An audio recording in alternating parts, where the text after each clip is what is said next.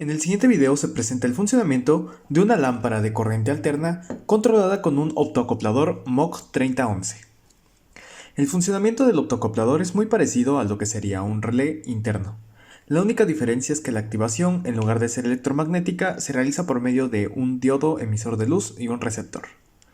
El accionamiento del emisor de luz interno de nuestro optoacoplador será controlado por un transistor NPN. Este transistor se activará cuando la corriente de la base sea lo suficientemente grande como para poner al transistor en la zona activa o en la zona de saturación.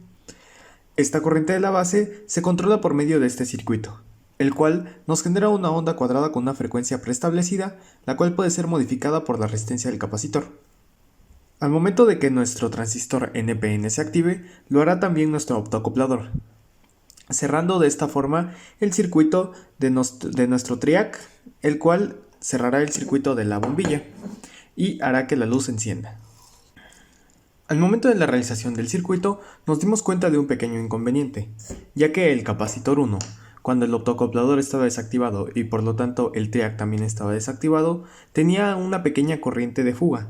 Esta corriente lo que hacía era alimentar la lámpara y cerrar el circuito con una menor corriente debido a que había una resistencia antes de la entrada al capacitor.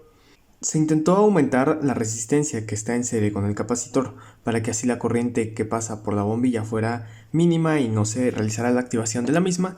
Sin embargo, lo único que sucedió es que la frecuencia de funcionamiento del transistor influyó también en la frecuencia de funcionamiento de nuestro circuito y terminó modificando el comportamiento, realizando un tipo de falla en la que la frecuencia no era la establecida.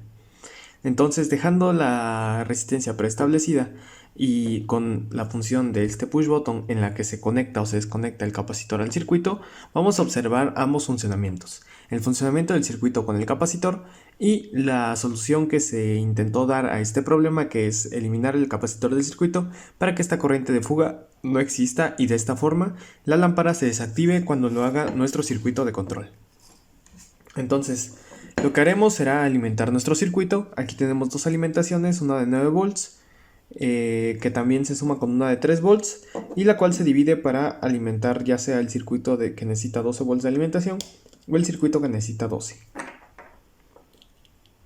Cuando realizamos las conexiones de nuestro circuito, podremos ver que nuestro circuito encargado de generar una onda cuadrada empieza a funcionar. Y podemos ver cómo ambos LEDs, tanto la señal como la señal negada, empiezan a encenderse de forma alternada. Esta señal será enviada a este circuito y encenderá nuestra bombilla.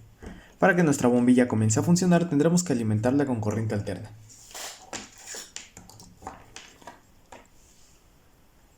Podemos ver que ahí se realiza el funcionamiento de la bombilla y comienza a encender al mismo tiempo que el LED. Se enciende y se apaga. Se enciende y se apaga. Ahora bien, esta frecuencia a la que la bombilla se enciende o apaga es modificable gracias a nuestro potenciómetro. Ahí podemos ver cómo va aumentando poco a poco.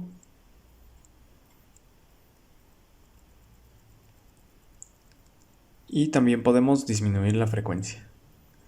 Podemos ver que los pulsos de nuestro circuito controlan lo que sería el encendido de la bombilla.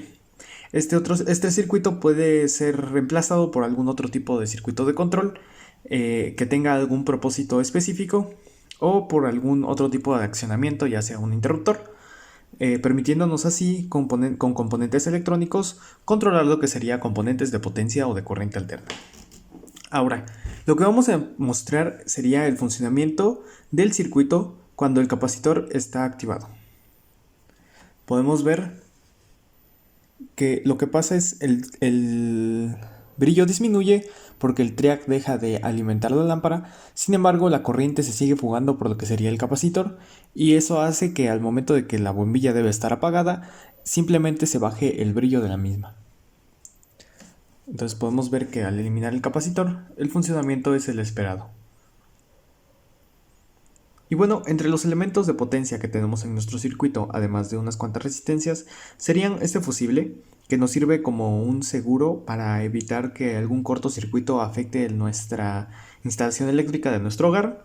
Nuestra bombilla, esta bombilla puede ser sustituida por algún otro elemento de potencia, En el caso de que se necesite controlar un motor, se necesitarían algunas otras modificaciones a lo que sería los capacitores y a lo que sería algunos elementos más que mejoraran el rendimiento del motor para evitar que haya algunas variaciones o errores indeseados, y lo que sería nuestra clavija, la cual está conectada a corriente alterna, a 120 volts de corriente alterna.